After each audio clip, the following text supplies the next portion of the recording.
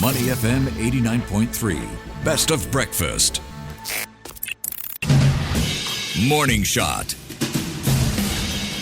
Welcome to Morning Shot. In a New Year's address, China's President Xi Jinping acknowledged the challenges behind the country's faltering economy and that more proactive macroeconomic policies will be put in place in 2025 to bolster its economy. Even indirect reference to the economy's troubles is unusual in an address from President Xi, who usually uses these annual speeches to trumpet the government's accomplishments over the previous year.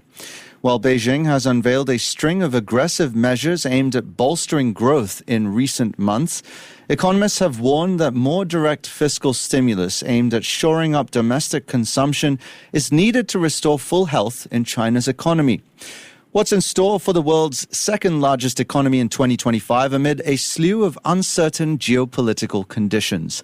For more insights, we're joined by Dr. Lim Tai Wei, Professor of Business at Soka University. Dr. Lim, good morning. Good morning to you. Nice to have you on. Let's kick things off by talking about that speech from President Xi Jinping. It was somewhat unusual in that it directly acknowledged challenges in China's economy. What do you make of this shift in tone, and does it indicate perhaps a significant shift in how Chinese authorities will approach policy stimulus in the coming year?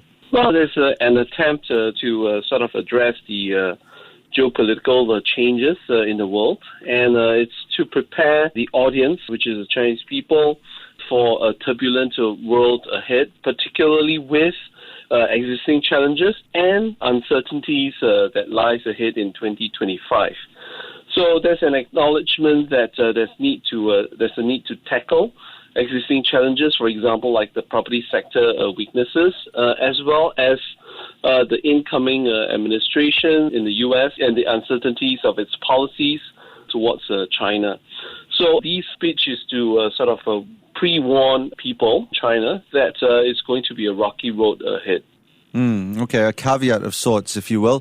China is also facing the prospect of squaring off with President-elect Donald Trump, who has threatened to impose tariffs on foreign goods, and that means potentially even greater levies on U.S. imports from China. Now, given the level of reliance China has on U.S. trade, what kind of effects you think might China see in its economy should further tariffs actually be imposed? Well, there's a lot of projections done by leading consultancy companies, for example, that shows that GDP will be reduced if the threatened tariffs of 60% is imposed by the incoming administration in the U.S. At the same time, the incoming administration, the U.S. is especially the leader, President Trump, is known to be unpredictable and also, who likes the art of the deal. Therefore, there's also a potential for negotiations to take place if conditions are met. So this uncertainty is sort of unsettling for the planners in Beijing, who are much more used to certainties, and therefore the incoming U.S. administration does pose certain challenges for China. But at the same time, China is also preparing for the possibility of the 60% tariffs by having some early retaliatory measures, for example, on rare earths and also on the selected U.S. companies, which it has imposed sanctions. So there's a sort of a bit of an early tit for tat in preparations for negotiations at the table. Yeah, and they've also threatened to devalue the renminbi as well. So let's see if negotiations do or do not take place. If they don't, or just in general, in any case, what steps can China take to reduce or diversify this reliance on U.S. trade amid growing geopolitical tensions? Well, for a number of years, ASEAN has become China's largest trading partner. And so that is indeed sort of a buffer for any shock that may be coming. At the same time, the Chinese have been turning to the global south for exports of its goods in order to sort of pare down the reliance on the developed world products, which it perceives sometimes as being hostile. At the same time, you could see that particularly in the past month, there's a very strong attempt to reach out to China's peripheral countries and economies like South Korea, particularly Japan, as a way to buffer against a possible long-drawn trade war between the two superpowers. So these are the steps that China has taken place in order to sort of shore up its places where it feels that it has domestic advantages before any, geo-economic competition takes place. Yeah, last year we talked a lot about the struggles China faced in its real estate sector, and that doesn't seem to have had any let-up, at least for the time being. Large-scale property developers defaulting on their loans. It's led to declining property prices, widespread financial distress, many questioning the stability of the country's housing market. How critical is the real estate sector to China's overall economic stability, and what long-term reforms might be needed to prevent a full-scale crisis in the industry? The property sector is very important because it has soaked up many of the Chinese people's savings and pensions, retirement funds. So in that way, it is very significant, particularly since Beijing places a lot of premium on social stability as its overwhelming priority. At the same time, it has taken steps to sort of address problems we have seen in the past year, particularly in the second half. It has taken stimulus in order to stabilize the market. It has also asked the local governments to carry out debt financing, to take more responsibility for the debts, especially at the local provincial level. So there are steps that it has taken to sort of stabilize the situation. Of course, it's going to be a long-drawn sort of fight against what has happened in the property sector. But at the same time, Beijing places a lot of premium on social stability, so it's likely to take a lot of steps in order to prevent any spillovers into the social realm, particularly the major priority is social harmony. So in that sense, it's quite likely to come up with policy measures to stabilize the property market whenever it can, but it is going to be a long-drawn sort of fight against this property sector weakness. Yeah, you'd also like to think that social harmony, can be ensured by making sure employment numbers are up, and that's currently not the case, especially if you look at youth unemployment. It's been nudging 20% before the way of measuring the figures was altered. How effective have current measures been in solving the unemployment of youths in China, and are there specific sectors that will likely serve to help improve things? Well, the combination of the maturing of the Chinese economy, as well as geopolitical and geo-economic effects, many of which are beyond China's control as well, meant that the youths, who are especially those who are graduating from the universities, will have challenges looking for jobs. As official statistics review, it's about 20%.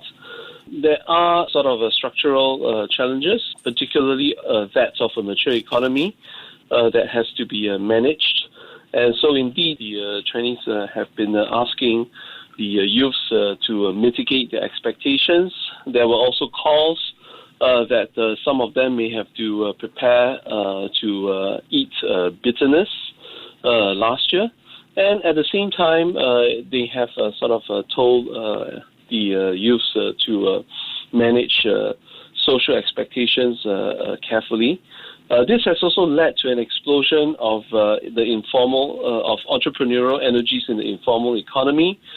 For example, there had been creative ways by youths to sort of address the challenges ahead. Some creatively got sort of employed by their parents for domestic duties. Others turned to multiple streams of income, for example, carrying out and entrepreneurial activities in their dormitories.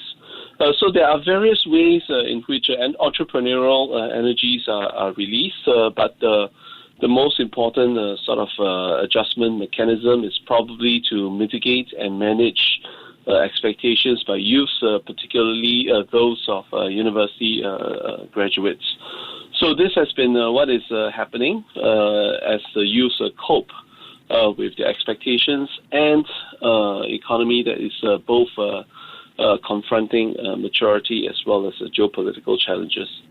Okay, so we've touched on a lot of domestic matters, tariffs, the real estate sector, employment.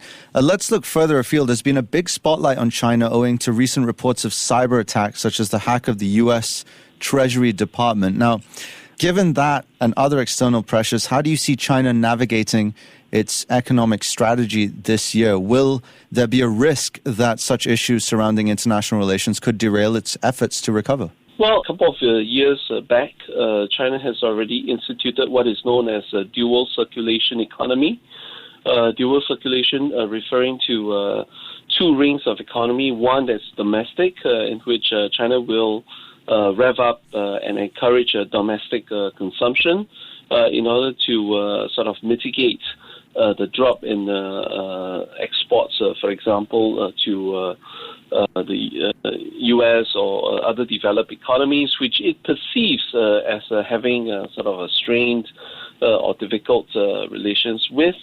At the same time, there's an external ring in which it will try to increase its exports to the global south, particularly to places like Southeast Asia, given that ASEAN is its largest trading partner, Latin America, as well as Africa.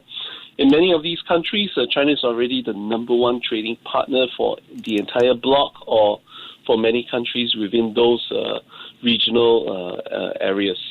So this dual circulation economy acts as a buffer against sort of difficulties that we may face and uncertainties, particularly in geopolitical challenges as well.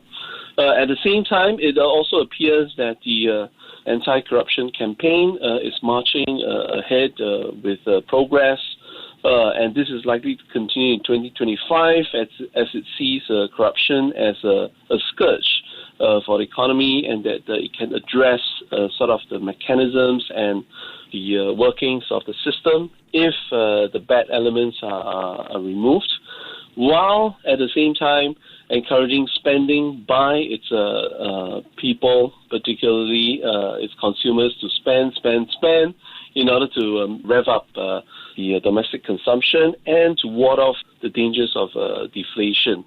So all these, policies are in place to shore up what it sees are possible mitigating mechanisms to ward off any economic slowdown or decline, particularly steep decline. All right, looks like President Xi Jinping's agenda is pretty jam-packed this year. We've been in conversation with Dr. Lim Tai Wei, Professor of Business at Soka University, about the state of China's economy and what we can expect in the coming year. Thank you so much. Thank you so much. All right, stay with Money FM 89.3. To listen to more great interviews, download our podcasts at audio.sg or download the audio app. That's AWEDIO, audio at the App Store and Google Play.